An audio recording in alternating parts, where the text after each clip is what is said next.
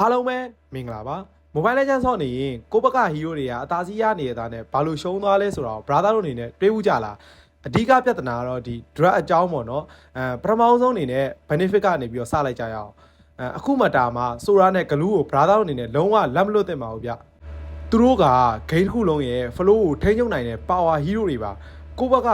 ဖတ်ပေးရမယ်ဆိုရင်တော့မှတစ်ဖက်ကဘန်းမုံမိသွားတဲ့အတွက်ဒီ OB hero တွေကိုအမိအရယူဖို့ပြင်ဆင်ထားဖို့လိုပါတယ်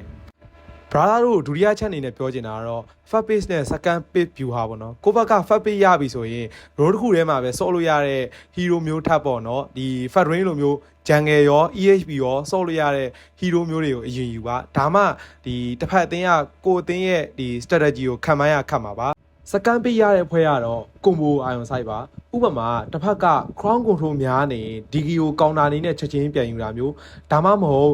minotaur နဲ့ emo လိုမျိုးပေါ့နော်ပေါင်းဆက်လိုက်ရင် damage ပြည့်စုံသွားတဲ့ဒီ crown control ပါပြည့်စုံသွားတဲ့ combo တွေကိုတွဲယူပါ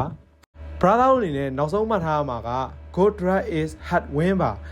ဟီးရိုးရေးတာမှန်ကန်သွားလို့ရှိရင်ကစားတာက90ရာခိုင်နှုန်းတတ်တာသွားပါလိမ့်မယ်နောက်ထပ်ဟီးရိုးကောင်တာတွေအကြောင်းကိုသိကျင်နေဆိုရင်တော့ကျွန်တော်တို့ရဲ့ကိုကန်း e-sport လေးကိုတော့ follow လေးလုပ်ထားပြီးဖို့မမေ့ကြပါနဲ့ဦးเนาะ